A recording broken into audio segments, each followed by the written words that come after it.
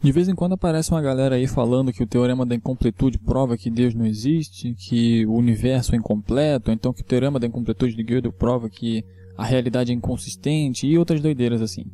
Eu já fiz um vídeo bem detalhado sobre esse tema, em que eu explico que as coisas não funcionam desse jeito, que existe uma restrição no teorema e tudo mais. Então eu vou deixar um card aí, caso você queira assistir esse vídeo, tá? Mas será que não dá pra gente usar esse argumento, ou pelo menos um argumento parecido com o do Gödel, para raciocinarmos sobre Deus e concluirmos alguma coisa interessante? Será que o teorema da incompletude refuta a onisciência? Bem, nesse vídeo aqui eu vou apresentar um argumento bem parecido com o do Gödel e que tem algumas implicações filosóficas no mínimo intrigantes. Bem, antes de começar eu só queria pedir um favor. Assista esse vídeo até o final, tá? Não para o vídeo na metade e sai comentando o que você acha de acordo com o que eu falei, porque eu vou fazer comentários bem pertinentes no final, tá? Então eu preciso que, se você for comentar, assista o vídeo até o final. Eu já fiz um vídeo antes com um tema um pouco polêmico também, e eu notei que algumas pessoas paravam no meio do vídeo e falavam, o seu argumento está errado por isso, isso e isso, e não assistiam até o final, tá? E o final é importante, porque eu faço comentários sobre o que eu apresentei no vídeo, tá? Então é o único pedido que eu faço, tá? Assiste o vídeo até o final se você for comentar. E eu vou pedir, na verdade não é o único pedido, são dois, né? Assista até o final e por favor comente, porque eu quero saber a sua opinião, de verdade mesmo, sobre o que eu vou falar aqui nesse vídeo, tá? Eu quero que você me diga o que você acha disso, tá bom? Então é isso daí, vamos lá. Como eu falei, eu já fiz um vídeo falando sobre o teorema da incompletude de Gödel, então eu não vou explicar sobre ele aqui, tá? Na verdade, essa aqui é a segunda vez que eu estou gravando esse vídeo. Eu acabei de gravar, só que ele ficou muito grande, deu 1 hora de vídeo. E então eu estou regravando e eu notei que eu perdi muito tempo explicando isso, tá? Então eu não vou explicar sobre Gödel. Se você quiser saber mais sobre isso, eu vou deixar um link que eu fiz especificamente sobre ele, tá? Vai estar um card aí, é só você assistir, tá? Mas o teorema da incompletude eu preciso falar, né? Porque ele é o tema do vídeo. E o teorema da incompletude, ele diz respeito a sistemas formais lógicos, né, e que são capazes de expressar a aritmética. Então, basicamente, o que o teorema da incompletude diz é o seguinte: qualquer sistema formal, consistente e capaz de expressar a aritmética básica é incompleto. Tá? E o que isso significa? Isso significa que qualquer sistema S, né, que cumpra esses critérios, que seja consistente, formal e capaz de expressar a aritmética, se ele cumprir esses critérios, então existem proposições dentro desse sistema que são verdadeiras, mas que não podem ser provadas dentro desse sistema, tá? É isso que significa a incompletude, tá? O sistema ele é incompleto porque tem verdades que não podem ser provadas, ele não consegue deduzir tudo o que é verdadeiro. E para provar esse teorema da incompletude, Gödel usou um mecanismo bem complexo chamado Gödel numbering, tá? Eu falo melhor sobre ele nesse outro vídeo, mas ele basicamente conseguiu fazer uma sentença matemática que fala sobre ela mesma. E eu vou fazer uma paráfrase aqui em português que representa mais ou menos o raciocínio que ele usou, tá? Então, considera que a sentença G, que diz o seguinte: ela diz que a própria sentença G não pode ser provada em S, tá? Lembrando que S é um sistema consistente, tá? É importante isso aqui, ele é consistente, beleza? Ou seja, ele não prova proposições falsas, ele não consegue derivar uma falsidade ou uma contradição, tá? Se você consegue provar uma proposição em S, então essa proposição é verdadeira, tá? Isso que significa ele ser consistente, beleza? E essa sentença G aqui, se a gente consegue colocar essa sentença dentro do sistema S, e o Gödel conseguiu fazer isso, então ela tem que ser verdadeira ou falsa, né? Toda sentença tem que ser verdadeira ou falsa. Então vamos analisar o que acontece em cada um desses casos, né? Se G for verdadeiro ou se G for falso. E vamos começar aqui pelo caso em que G é falsa, tá? Vamos supor que o G é falso. Se o G é falso, então isso que ela está dizendo não é o caso, né? Então o que ela está dizendo? Ela está dizendo que a própria sentença G, né, ela mesma, não pode ser provada em S. Se isso aqui é falso, então não é o caso que a sentença G não pode ser provada em S. A gente tem aqui então uma dupla negação, né? Está dizendo que não é o caso que ela não pode ser provada. Então ela pode ser provada. Ou seja, se a sentença G for falsa, então a sentença G é provável em S, né? Só que isso aqui é um problema, porque, veja bem, G é falso e G é provável em S. Mas se você se lembrar, a nossa hipótese é de que o sistema S é consistente. Então, se ele é um sistema consistente, nós não podemos ter a prova de uma proposição que é falsa. Então, a hipótese de que G é falsa gera uma contradição, né? Porque a gente teria uma prova de uma proposição falsa em um sistema que é consistente, o que é impossível. Então, não é o caso que G é falso. G tem que ser verdadeiro. Só que se o G for verdadeiro, então o que ela afirma é o caso, né? E o que ela afirma? Ela afirma que a própria sentença G não pode ser provada em S. Ou seja, se G for verdadeiro, então G não pode ser provado em S. E aqui a gente não encontra nenhuma contradição, né? É um resultado curioso, né? Porque a gente vai ter uma sentença que é verdadeira, mas que não pode ser provada, mas isso não é contraditório. Então, isso aqui significa, né, se você tem uma sentença G, tipo essa daqui, que o Gödel conseguiu construir dentro do sistema lá, lógico e matemático e tudo mais, ele conseguiu construir essa sentença, a gente conseguiu, através desse raciocínio, mostrar que ela tem que ser verdadeira. E se ela for verdadeira, ela não pode ser provada. Então existe ao menos uma sentença que é verdadeira e que não pode ser provada, o que significa que o sistema é incompleto. Beleza? E esse aqui é um esboço muito raso, muito superficial da prova que o Gödel fez para mostrar que sistemas que cumprem esses critérios aqui, né, se eles forem consistentes, eles são incompletos. Tem ainda um segundo teorema, tá? São 2 teoremas de incompletude. Esse aqui é o primeiro, mas eu não vou falar do segundo porque ele não vai ser importante pra gente aqui, tá? Mas, beleza, o que isso aqui tem a ver com Deus e com onisciência e tudo mais? Vamos começar a falar sobre isso agora, né? Porque a gente pode usar um raciocínio bem parecido com esse daqui para falar sobre a onisciência. E uma ideia que a gente geralmente tem, né? A maioria não, mas várias religiões têm, né? É de que Deus é onisciente. O cristianismo, o judaísmo, o islamismo, várias religiões aceitam isso, tá? Então, Deus é onisciente, ou seja, ele sabe tudo, ele conhece tudo quanto é verdadeiro. E se a gente fosse representar isso aqui de uma maneira menos informal, a gente diria que para qualquer estado de coisas né? Estado de coisas, imagine uma composição que o mundo pode estar. Por exemplo, agora está de noite, são 20 horas e 20 minutos aqui no Brasil, né? No momento que eu gravo isso. Deus sabe disso porque esse é o caso, né? E Deus sabe também que existe aí uma pandemia acontecendo no mundo porque esse é o caso, né? Mas Deus não sabe, por exemplo, que existem 2 sóis no sistema solar porque esse não é o caso, né? Não tem como você conhecer uma coisa que é falsa, né? É falso que existem 2 sóis. Então, se é falso, não tem como você saber disso, né? Então, é nesse sentido de onisciência, né? Para qualquer estado de coisas, Deus sabe que é o caso, né? Ou, em termos proposicionais, a gente poderia formalizar isso aqui da seguinte maneira. Usando lógica de segunda ordem, lógica epistêmica de segunda ordem, a gente poderia dizer que para toda proposição φ, tá? E se você não entende de lógica formal, fica tranquilo que eu vou explicar isso aqui de um jeito mais simples depois, tá? Mas a formalização é que para toda proposição φ, se φ é verdadeiro, então Deus sabe que φ, né? E a representação disso é a seguinte, né? A gente usa o operador aqui de conhecimento, né? Colocamos o indivíduo que conhece, que no caso é Deus, e o que é conhecido, no caso é a proposição φ, né? Então, o que isso aqui, essa fórmula esquisita aqui está dizendo é que para toda proposição φ, se φ é verdadeiro, então Deus sabe que φ, né? Deus sabe que φ é verdadeiro, beleza? É claro que a gente usando aqui esse símbolo, a gente pressupõe a existência de Deus, mas isso não vai ser um problema para o nosso argumento, tá? Vou mostrar depois por quê. Mas esse aqui seria a definição, né, de onisciência.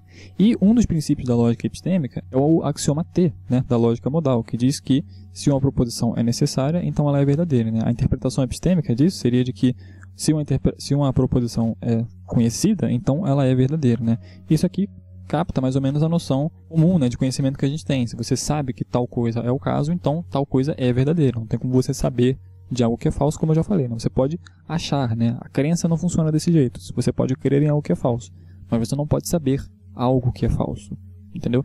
Então isso aqui capta a noção básica de conhecimento como sendo uma crença verdadeira e justificada, né? O conhecimento tem que ser verdadeiro para ser conhecimento, tá?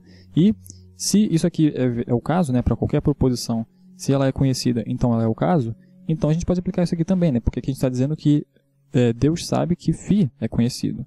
Então, se Deus sabe que φ é conhecido, se isso aqui for verdadeiro, φ tem que ser verdadeiro também, né? Então, a setinha, ela vale para os dois lados, né? Se φ for verdadeiro, Deus sabe que φ, e se Deus sabe que φ, ou se qualquer pessoa sabe que φ é verdadeiro. Então, a gente pode colocar aqui uma dupla setinha, tá? Uma biimplicação para mostrar que são sentenças equivalentes, beleza? E agora vai vir uma parte que quem não tem muito conhecimento em lógica formal pode ficar um pouquinho assustado, mas eu vou fazer uma prova lógica aqui, que é um pouquinho grande, e como eu falei, né, é a segunda vez que eu estou fazendo, dessa vez aqui eu só vou fazer a prova inteira de uma vez e vou comentar ela depois, né? No outro vídeo eu fui comentando conforme eu fazia a prova e isso me tomou muito tempo, tá? Então eu vou fazer a prova direto e depois eu vou comentando. E se você não entender essa prova, se você não entende de lógica formal, provavelmente você não vai entender a prova, mas eu vou explicar depois com uma linguagem bem mais simples e que não vai perder muita coisa, tá? Então vamos lá. Tá, essa aqui é a prova. Esse troço aqui, grande pra caramba, prova o seguinte, né? A prova é essa última linha aqui. Qual é a prova? A prova é que não é o caso que... O que é isso aqui? Isso aqui é a nossa primeira hipótese, né? Foi o que eu tinha colocado aqui em cima, que é a definição, né, de onisciência. Então, a conclusão disso daqui é que quando a gente assume que a onisciência é o caso, né, a gente assume isso aqui como hipótese, nós chegamos a uma contradição, tá? Comentando aqui brevemente, a prova ela consiste no seguinte: a gente assume como hipótese que a onisciência é o caso, né, que Deus é onisciente, e a gente tem aqui uma segunda premissa que na verdade é uma instância do terceiro excluído, né? O terceiro excluído diz que para qualquer proposição P, P é o caso ou não P é o caso, tá? É isso que o terceiro excluído diz. E a gente faz isso usando essa proposição aqui.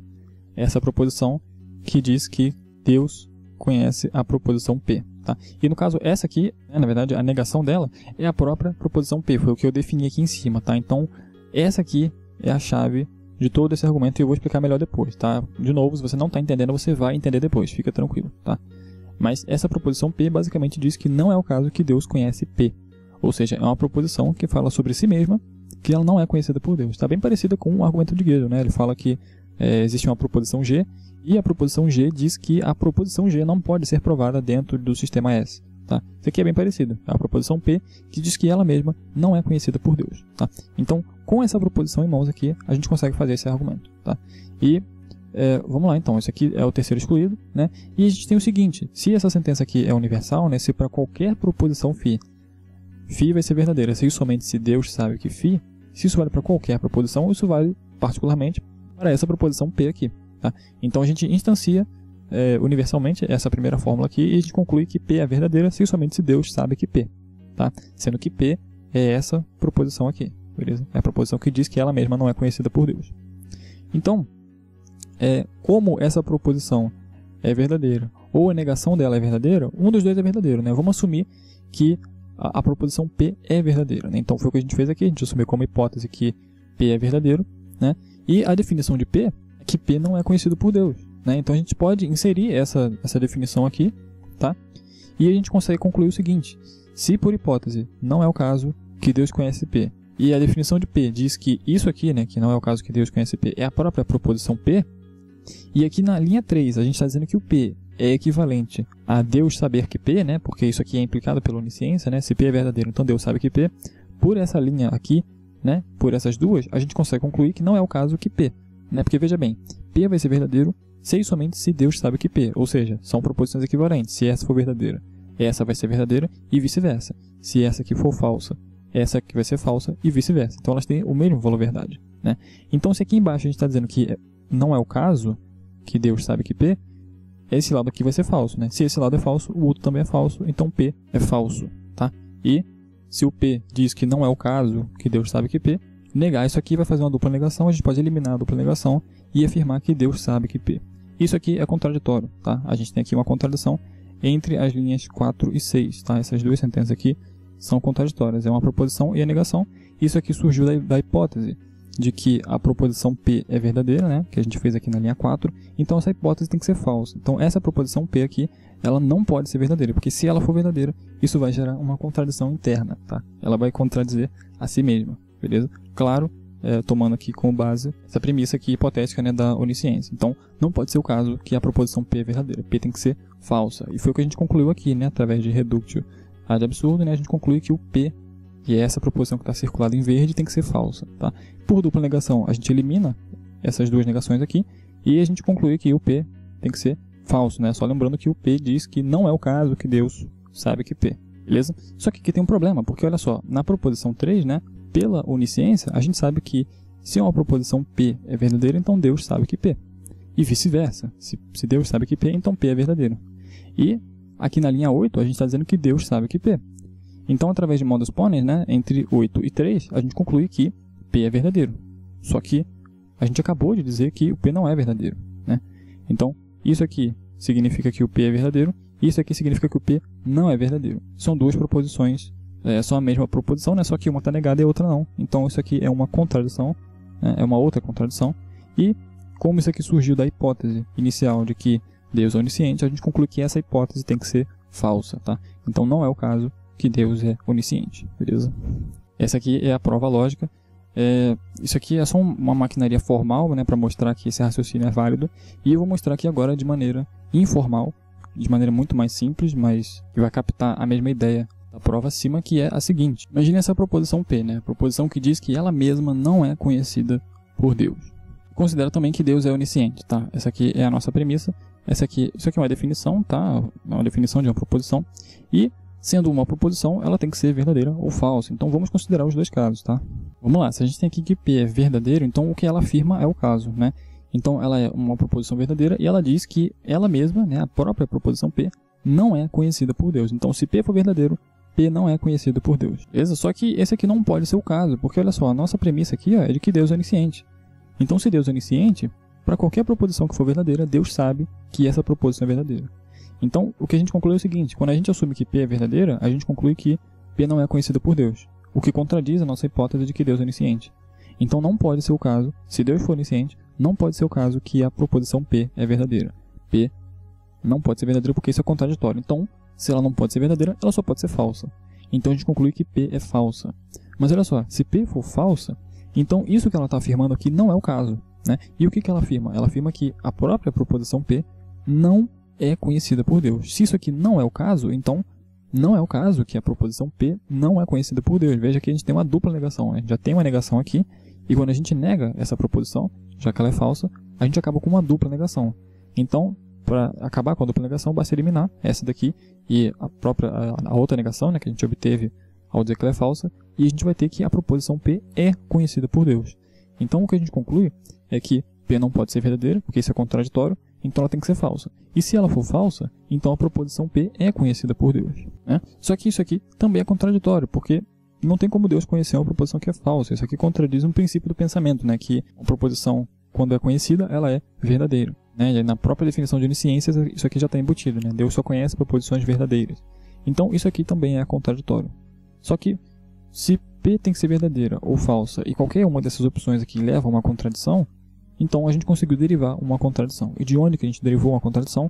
A única hipótese é essa aqui, né? A hipótese de que Deus é onisciente. Então, quando a gente admite essa hipótese, a gente chega a uma contradição, por isso que essa hipótese tem que ser falsa.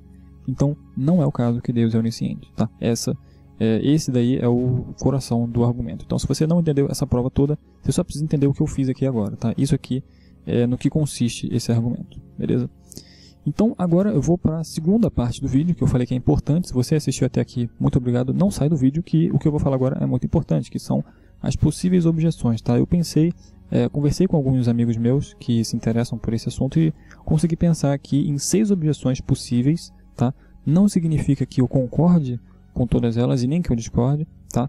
Mas eu vou botar aqui 6 objeções que eu consegui conceber alguém contra-argumentando esse argumento que eu apresentei aqui com elas, tá? Então, vamos lá. Então, a primeira delas é que a contradição surge ao se aceitar o terceiro excluído e a dupla negação, tá? A solução, então, que essa objeção aqui ofereceria seria de rejeitar a lógica clássica e adotar a lógica intuicionista, né, em que essa derivação não pode ser feita, já que nem o terceiro excluído e nem a dupla negação são permitidos, né, na lógica intuicionista. A menos que alguém ofereça um bom motivo para se rejeitar a lógica clássica, para oferecer uma resposta a esse problema, né, essa objeção parece ser um tanto ad hoc, né, como se você rejeitasse a lógica clássica só porque existe esse problema. E ainda que alguém oferecesse um bom motivo para rejeitar a lógica clássica, ainda seria possível encontrar a contradição de maneira a não usar esses princípios, tá? Eu não vou falar sobre isso aqui, se alguém quiser eu provo isso daí nos comentários, mas dá para fazer na lógica intuicionista também, tá?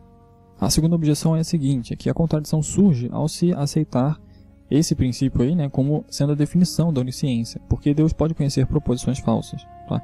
Então essa objeção seria basicamente rejeitar o axioma T da lógica modal, né, que diz que se uma proposição é necessária, então ela é verdadeira, né? Na interpretação epistêmica desse axioma é dito que se uma proposição é conhecida, então ela é verdadeira, tá? Alguém poderia alegar que o argumento de Guittier, por exemplo, né, contra essa noção tripartite de conhecimento, a noção de que o conhecimento é uma crença verdadeira e justificada, alguém poderia dizer que o argumento de Guittier contra isso serve, né, como sustento dessa objeção aqui, né, de que por algum motivo poderia haver um conhecimento de uma proposição falsa, tá? E se você não conhece o problema de Guittier, eu vou deixar um vídeo aí na descrição para você dar uma olhada, beleza? E a terceira objeção diz que a contradição surge porque a proposição P faz referência a si mesma, o que gera um loop infinito e o que faz com que ela então não seja uma proposição de fato, tá? Então a proposição P, ela diz que a proposição P não é conhecida por Deus, né? Então essa segunda instância, né, deixa eu até subir aqui um pouquinho, para a gente ver, essa proposição P aqui, ela diz que a proposição P não é conhecida por Deus. Então, se elas são coisas equivalentes, aqui onde tem P, a gente pode substituir por isso tudo que está entre aspas aqui, né? E a gente teria aqui a proposição P não é conhecida por Deus, não é conhecida por Deus, né? E a gente teria de novo mais uma instância do P aqui dentro. E a gente poderia substituir de novo, e a gente ficaria com a proposição P não é conhecida por Deus, não é conhecida por Deus, não é conhecida por Deus. E, enfim, a gente pode fazer isso daí infinitas vezes, e esse é um loop eterno, né? Nunca a gente vai conseguir chegar na própria proposição P. Tá? É nisso daí que consistiria essa terceira objeção aqui. Tá? Eu não sei se ela é muito boa, porque existem proposições que são autorreferentes, né, que fazem referência a si mesmas, ou sentenças, chame como quiser, e que não geram contradições. Né? Por exemplo, esta frase foi dita em português, ou esta proposição é um objeto linguístico, ou esta proposição já foi pensada, e coisas desse tipo. Né? Você pode pegar uma caneta azul e escrever que esta sentença foi escrita em azul. Né? Enfim, existem várias sentenças aí que são autorreferentes e que não geram nenhum problema. Então, rejeitar isso pelo fato de a sentença ser autorreferente acaba não sendo tão eficiente assim. Tá? A quarta objeção é a seguinte, é que a contradição surge porque admite-se implicitamente o princípio da bivalência, né, que diz que toda proposição tem apenas um valor verdade, verdadeiro ou falso, e P não tem um valor verdade. Alguém poderia dizer que o princípio da bivalência é problemático porque sentenças sobre o futuro, né, proposições sobre futuros contingentes também não têm valor verdade, né, como por exemplo o famoso problema da batalha naval do Aristóteles. Né? Se você diz que amanhã vai acontecer uma batalha naval em tal lugar. Se você diz isso agora, e você admite o princípio da bivalência, então essa proposição ela tem que ser verdadeira ou falsa. Só que se ela for verdadeira, então isso quer dizer que amanhã, inevitavelmente, vai acontecer essa batalha naval. E se ela for falsa, isso quer dizer que, inevitavelmente, amanhã não vai acontecer essa batalha naval. Então, de um lado ou de outro, qualquer um dos lados implica que parece que já está determinado, né, de certa maneira, que vai acontecer ou que não vai acontecer uma batalha naval amanhã. E isso é meio problemático, né? Isso parece implicar em um certo fatalismo ou em algum tipo de determinismo, alguma coisa nesse sentido. Né? E aí a solução seria você dizer que nem toda proposição é verdadeira ou falsa. Tem proposições que não têm valor verdade, ou uma modificação disso, né, seria dizer que nem toda sentença declarativa expressa uma proposição. Né? Então, por exemplo, sentenças interrogativas, né, tipo, você pode abrir a porta, por favor? Ou então imperativas, né, como abra a porta, por favor? Essas sentenças não expressam proposições. Né? Mas a gente tem a ideia comum de que sentenças declarativas, que dizem, por exemplo, a porta está aberta, sempre expressam proposições. Né? E alguém que admite essa objeção 4 aqui poderia dizer que nem toda sentença declarativa expressa uma proposição, porque existem sentenças como sentenças sobre futuro contingente, ou sentenças sobre, como essa aqui, né, que implicam uma contradição, ou como a sentença do mentiroso, levam a paradoxos. Né? E se a assunção de que ela tem um valor verdade leva a paradoxos, então ela não pode ter um valor verdade. Então, essa aqui seria uma possível objeção. E a quinta objeção é que a contradição surge ao tentar analisar logicamente um ser com propriedades infinitas e que transcendem os limites da lógica e da linguagem, né, o que acaba levando a antinomias. E aparentemente isso aqui também resolveria, né, aquele famoso paradoxo da onipotência, né, de se perguntar se Deus é onipotente? Sim. Então ele pode criar uma pedra que é tão pesada que nem mesmo ele consegue levantar. Ou então aquele famoso problema do mal também. Outros problemas da onisciência, né, envolvendo onisciência e livre-arbítrio. Então, vários problemas que lidam com grandezas infinitas, né, como onipotência, onipresença, onibevolência e tudo mais, acabam sendo resolvidos por essa concepção, né, de que você não pode analisar logicamente um ser com propriedades que transcendem a lógica, que transcendem os usos da linguagem. Né? Eu acredito que essa seria uma abordagem mais kantiana do problema e seria uma possível objeção. Tá? E a sexta e última objeção que eu consegui pensar é aqui a contradição surge ao se assumir que Deus conhece o mundo de maneira proposicional, como nós humanos, né? O que não é o caso porque ele é um ser eterno e infinito. Na verdade, essa última aqui, não fui eu que pensei nela, né? Eu pedi ajuda para um amigo e ele deu essa ideia aqui. Inclusive, eu vou pedir, né, se você estiver assistindo isso aí, comenta aí se eu falei alguma coisa errada aqui ou se você tem algo a acrescentar. Com certeza, acho que você vai ter algo para acrescentar. Comenta aí. Mas, enfim, essa objeção aqui se sustenta no fato de que, porque Deus é eterno, né, e infinito, ele conhece as coisas em sua totalidade, imediatamente, né, desde a eternidade. E isso aqui seria uma abordagem mais tomista do problema, né, usando a filosofia do Santo Tomás de Aquino. Tá? Então, esse daí foi o vídeo, essas aqui são as objeções, e eu peço uma coisa para você agora. Você que assistiu até aqui, muito obrigado pela audiência, tá? Mas antes de ir embora, por favor, comenta aí embaixo o que você acha sobre esse argumento. Você acha que ele é um bom argumento? Você acha que ele de fato acaba com a ideia de que existe um ser onisciente? Ou você acha que existe um problema nesse argumento? Assim, logicamente, eu posso garantir que não existe nenhum problema nas inferências, tá? Essa prova aqui ela é de fato válida. Então, se você fosse argumentar contra, você teria que argumentar contra alguma dessas duas proposições aqui, tá? Você poderia dizer que isso aqui é falso, né, usando alguma daquelas objeções que eu fiz, ou então você poderia dizer que isso aqui não formaliza muito bem a onisciência, ou então que o terceiro excluído é falso, enfim. Você pode falar o que você quiser, tá? Só me diz o que você acha. Não se preocupe em não ter, eu não tenho conhecimento acadêmico suficiente. Não importa, não quero saber se você tem ou não, quero saber o que você acha disso, tá? Então comenta aí embaixo e vamos fazer um debate bacana aí, civilizado, tá? Eu vou ler todos os comentários, então vamos evitar de xingar o coleguinha e tudo mais, porque se isso for feito, eu vou ter que excluir o comentário ou bloquear a pessoa do canal, tá? Então é isso daí, eu espero que tenham gostado e até o próximo vídeo.